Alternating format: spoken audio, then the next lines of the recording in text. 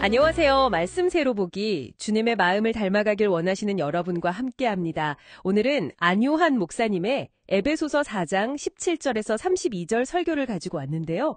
우리가 어떻게 새 사람으로 살아가야 하는지 좀 더 깊이 들여다보는 시간을 갖겠습니다. 네, 이 설교가 던지는 질문이 참 중요하죠. 우리가 예수님 믿고 새 생명 얻었는데 그러면 이제 옛날 방식 그대로 살 수는 없다는 거잖아요. 맞아요. 설교에서도 비유를 드셨죠. 어른이 아기 옷을 입을 수 없는 것처럼. 네, 그렇죠. 어색하고 불가능한 일이죠. 근데 그럼 성경에서 말하는 새 사람을 입는다. 이게 구체적으로 뭘 의미할까요? 그리고 사실 우리 힘으로는 이게 참 쉽지 않은데 어떻게 이 변화를 이룰 수 있을지 그게 궁금해지는 거죠. 네, 정말 많은 분들이 공감하실 부분 같아요. 오늘 이야기 나누면서 옛사람, 새 사람의 모습을 좀 명확히 해보고 또 새 사람답게 살아갈 힘, 그 동기가 어디서 오는지 같이 발견하면 좋겠습니다. 설교 초반에는 우리가 벗어버려야 할 옛사람의 모습, 그 허망한 것을 따르는 삶을 먼저 이야기하죠. 17절에요. 이 허망한 삶이라는 게 구체적으로 뭘까요? 이게 그냥 잘못된 행동 몇 가지가 아니라 설교에서는 하나님 없이 사는 삶 그 자체라고 봐요. 18절에 보면 총명이 어두워지고 마음이 굳어져서 하나님의 생명에서 떠난 상태. 바로 그거죠. 아, 하나님과의 관계 단절이군요. 네. 특히 마음이 굳어짐을 바로 왕이야기에 빗대서 창세전 언약 밖에 있는 상태로 설명하는 부분이 인상 깊었어요. 이게 단순히 성격 문제가 아니라는 거죠. 존재적인 문제예요. 그렇군요. 결국 감각 없는 자가 되어서 방탕과 더러운 욕심을 따라 살게 된다는 19절 말씀까지 이어지네요. 그게 결국 하나님 언약 밖에 있는 삶, 스스로 왕노릇하는 삶의 모습이라는 지적이군요. 네, 맞아요.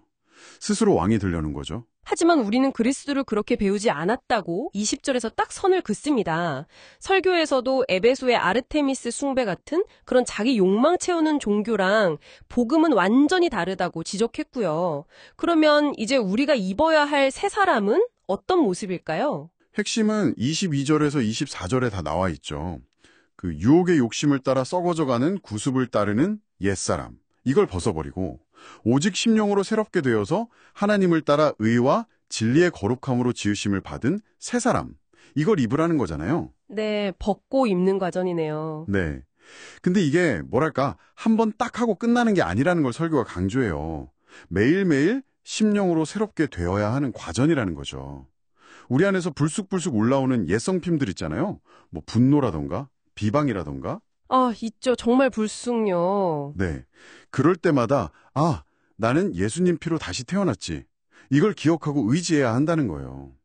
매일 옛사람은 죽고 새 사람으로 다시 사는 거죠. 어제의 매가 아닌 거예요. 와, 매일 새롭게 된다는 거 정말 쉽지 않지만 꼭 필요한 도전이네요. 설교는 더 나아가서 새 사람의 삶을 아주 구체적인 행동들로 보여주잖아요. 25절에 거짓을 버리고 참된 것을 말하라. 아, 여기서 설교자님이 거짓을 예수 그리스도 외의 모든 것, 참된 것을 복음 자체로 해석하신 게 참 인상 깊었어요. 네, 그 해석이 좀 깊이가 있죠. 단순히 거짓말하지 말라 이걸 넘어서는 거죠. 또 분을 내도 죄는 짓지 말고 도둑질 대신에 선한 일을 해서 나눠주고 더러운 말 대신 덕 세우는 말을 하라. 이런 것들이요. 네, 듣고 있으면 아멘이 되면서도 한편으로는 와, 이걸 내가 진짜 할 수 있나? 이런 솔직한 마음도 들어요. 목사님도 설교 중에 그런 어려움을 인정하시더라고요. 바로 그 지점이에요. 그래서 설교가 결정적인 겉면으로 넘어가는 거죠. 30절 하나님의 성령을 근심하게 하지 말라. 네, 이 말씀. 이게 무슨 뜻일까요? 성령을 근심하게 한다는 게? 설교에서는 이걸 우리가 자꾸 넘어지고 실패하는 모습을 보면서 나는 역시 구원받지 못한 건가? 이렇게 구원 자체를 의심하는 태도랑 연결시키더라고요. 그게 성령님을 근심하게 만든다는 거죠. 우리의 행위가 기준이 아니라는 거예요. 아, 그렇군요. 내 행위가 아니라 예수님의 은혜를 보라는 말씀이군요. 네, 맞아요. 우리는 이미 구원의 날까지 성령으로 인치심, 도장을 받았잖아요.